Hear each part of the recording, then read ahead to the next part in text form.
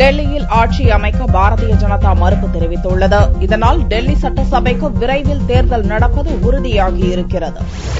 டெல்லி முதல்வர் பதவியை அரவிந்த் கெஜ்ரிவால் கடந்த பிப்ரவரி 14ஆம் தேதி ராஜினாமா செய்ததை தொடர்ந்து ஜனாதிபதி ஆட்சி அமல்படுத்தப்பட்டது. 70 உறுப்பினர்களை கொண்ட டெல்லி சட்டசபையில் பாரதிய ஜனதா கூட்டணியின் பலம் 29ஆகவும் ஆம் ஆத்மியின் பலம் 27ஆகவும் காங்கிரசின் பலம் 8ஆகவும் உள்ளது. ஆட்சி அமைக்க 36 எம்எல்ஏக்களின் ஆதரவு தேவை என்ற நிலையில் எந்த கட்சியும் மெஜாரிட்டியுடன் ஆட்சி அமைக்க முடியாத இக்கட்டான நிலை நீடிக்கிறது. இதனிடையே அதிக இடங்களில் வெற்றி பெற்ற பாரதிய ஜனதாவை ஆட்சி அமைக்க அழைப்பு விடுக்க துணைநிலை ஆளுநர் நஜீப் ஜங்கின் பரிந்துரைக்கு ஜனாதிபதி பிரணாப் முகர்ஜி ஒப்புதல் அளித்தார். நெருக்கடிக்கு தீர்வு காணும் வகையில் 3 கட்சிகளின் தலைவர்களுடன் ஆலோசனை நடத்த முடிவு செய்த ஆளுநர் நஜீப் ஜங் திங்களன்று பாரதிய ஜனதா தலைவர்களுடன் ஆலோசித்தார். அப்போது ஆட்சி அமைக்க விருப்பமில்லை, சட்டசபைக்கு தேர்தலை நடத்த வேண்டும் என்ற முடிவை பாரதிய ஜனதா மாநில தலைவர் சதீஷ் உபாத்யாய் ஆளுநர் ஜங்கிடம் தெரிவித்தார். மெஜாரிட்டி இல்லாமல் டெல்லியில் ஆட்சி அமைப்பது சரியல்ல என்று ஞாயிறன்று டெல்லியில் நடந்த பாரதிய ஜனதா ஆட்சி மன்ற குழு கூட்டத்தில்